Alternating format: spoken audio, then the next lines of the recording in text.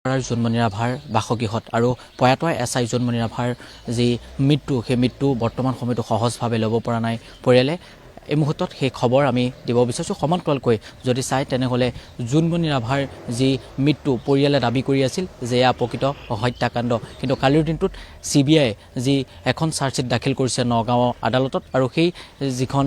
Charge sheet সেই চাৰ্জশ্বিটত লিখা আছে যে এয়া পথ দুৰ্ঘটনা পৰিয়ালৰ লোকসকল আছে মাতৃগৰাকী আছে মই পোনে পোনে তেওঁলোকৰ লগত কথা পাতিবলৈ চেষ্টা কৰিম বৰ্তমান সময়তো মাতৃগৰাকীৰ চকুলো জ্যেষ্ঠ ভাতৃগৰাকী আছে পৰিয়ালৰ মই তেখেতৰ কাষলৈ আহিছোঁ মই পুনতে আপোনাৰ কাষলৈ আহিছোঁ ধাৰাবাহিকভাৱে সংবাদ মাধ্যমত বাতৰি সম্প্ৰচাৰিত হৈছে আৰু কালিৰ দিনটোত সেই খবৰ ওলাইছে আৰু আজিৰ দিনটোত সংবাদ মাধ্যমত সেই বাতৰি সম্প্ৰচাৰিত হৈছে এই জোনমণি ৰাভাৰ যিটো মৃত্যু সেই মৃত্যুক আপোনালোকে পূৰ্বেই কৈছিলে প্ৰথম দিনাখনিবাৰ যে এয়া প্ৰকৃত পথ দুৰ্ঘটনাৰ এয়া হত্যাকাণ্ড তাৰ অৱশেষত CBI এটা কথা কৈ যিখন চাৰ্জশ্বিট নগাঁৱৰ দিনটোত কালিৰ দিনটোত তেওঁলোকে দাখিল কৰিছে সেই চাৰ্জশ্বিটত লিখা আছে এয়া পথ দুৰ্ঘটনা এয়া কোনো হত্যা নহয় কি ক'ব গোটেই বিষয়টোক লৈ চাওক এটা CBI হৈছে ভাৰতৰ এটা ডাঙৰ সংস্থা আমি তেওঁলোকৰ ওপৰত ভৰসা আছিল আমি ভৰসা কৰি আমিও বিচাৰিছিলোঁ পৰিয়ালে CBI দিবলৈ কালি আমি গম পোৱা মতে CBI এইটো এটা দুৰ্ঘটনা বুলি দেখাইছে আৰু এই দুৰ্ঘটনাটোৰ বিষয়ে বিশেষকৈ আমি পৰিয়ালে আগতেই কৈছোঁ যে জোনমণি ৰাভা অকল আমাৰ পৰিয়ালৰ হৈ থকা নাছিলে জোনমণি ৰাভা গোটেই অসমৰ মানুহৰ তাই এটা যিটো ন্যায় পাব বুলি চবে আশা কৰি আছিলে আৰু ন্যায়টো ইতিমধ্যে সকলোৱে গমেই পাইছে গতিকে আমিও এতিয়া বৰ বেছিকৈ ক'ব পৰা নাই এইটো কাৰণে কাৰণ চাৰ্জশ্বিটত কি লিখিছে তেওঁ যিখনত আমি সেইখিনি পোৱা নাই ইতিমধ্যে আমাৰ মানুহ গৈছে কপি উলিয়াবৰ কাৰণে আৰু সেইখিনি গোটেই উলিয়াই অনাৰ পাছত আমি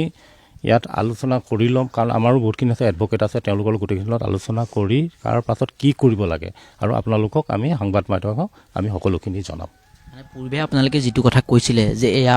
পথ দুৰ্ঘটনা নহয় এয়া হত্যাকাণ্ড জোনমণি ৰাভাক এছআই জোনমণি ৰাভাৰ বহুতৰ টাৰ্গেট হৈ পৰিছিল তাৰপাছত নগাঁৱত যিগৰাকী আৰক্ষী অধীক্ষক লীনা দলক তাৰ পৰা বদলি কৰা হৈছিল আৰক্ষীয়ে কিন্তু যথেষ্ট প্ৰথম অৱস্থাত তৎপৰতাৰে গোটেই ব্যৱস্থাটো লৈছিল তাৰপাছত যদি আপুনি চায় তেনেহ'লে এই গোটেই ব্যৱস্থাটোক আপোনালোকে বাৰে বাৰে দাবী কৰি থকাৰ পাছতো CBI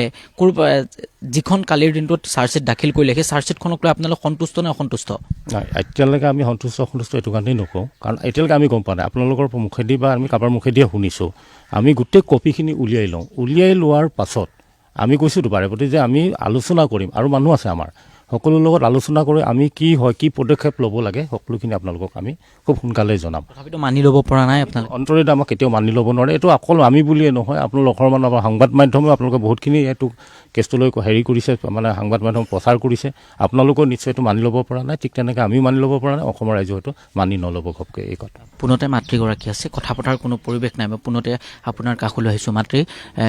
স্বাস্থ্যৰ অৱস্থা যথেষ্ট আপোনাৰ পূৰ্বৰ তুলনাত যথেষ্ট বেয়া হৈছিল কি ক'ব গোটেই বিষয়টোক লৈ আপুনিও অৱগত মই কি ক'ম আৰু মোৰ ক'বলগীয়া একোৱেই নাই ন বাবা মোৰ এতিয়া চোৱা মেলা মানুহে নাই মোক দেখভাল কৰিবৰ কাৰণে কোনো নাই উপায় নহয় হৈছে আৰু মোৰ কথাটো গম পাইছে আপুনি গোটেই ঘটনাটো অলপ মানে গম পাইছোঁ কেনেকৈ কি হয় এইটো নাজানো আৰু জোনমণিয়ে যদি প্ৰকৃততে দূষিত আছিল তাইক জেলত ভৰাই নিদিলে কিয় আৰু যদি জোনমণিয়ে সেইটোৱে দুখ লাগিছে জোনমণিয়ে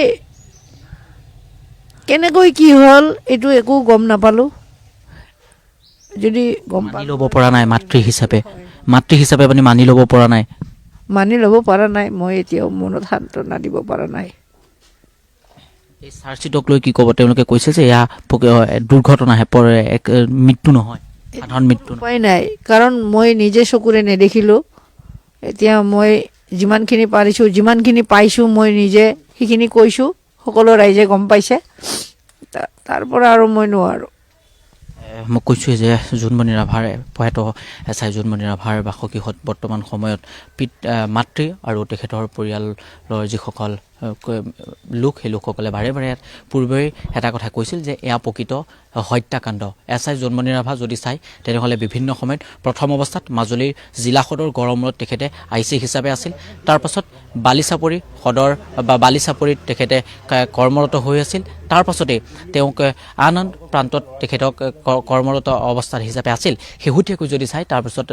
জোনমণি ৰাভা নগাঁৱত তেখেতক দায়িত্ব দিয়া হৈছিল তাৰপাছতেই জোনমণি ৰাভা মৃত্যু হৈছিল যেতিয়াই মৃত্যু হৈছিল সেই কথা পৰিয়ালৰ লোকসকলে বাৰে বাৰে কৈছিল যে এয়া প্ৰকৃত মৃত্যু নহয়, এয়া পথ দুৰ্ঘটনা নহয়, এয়া প্ৰকৃত হত্যাকাণ্ড। আৰু কালিৰ দিনটোত অৱশেষত নগাঁও আদালতত চাৰ্জশ্বিট দাখিল কৰিলে আৰু দাখিল কৰাৰ পাছতেই পৰিয়ালে মন্তব্য কৰিছে জোনমণি ৰাভাৰ মাতৃ আৰু জ্যেষ্ঠ পৰিয়ালৰ ভাতৃয়ে। এই মুহূৰ্তত মই উপস্থিত আছোঁ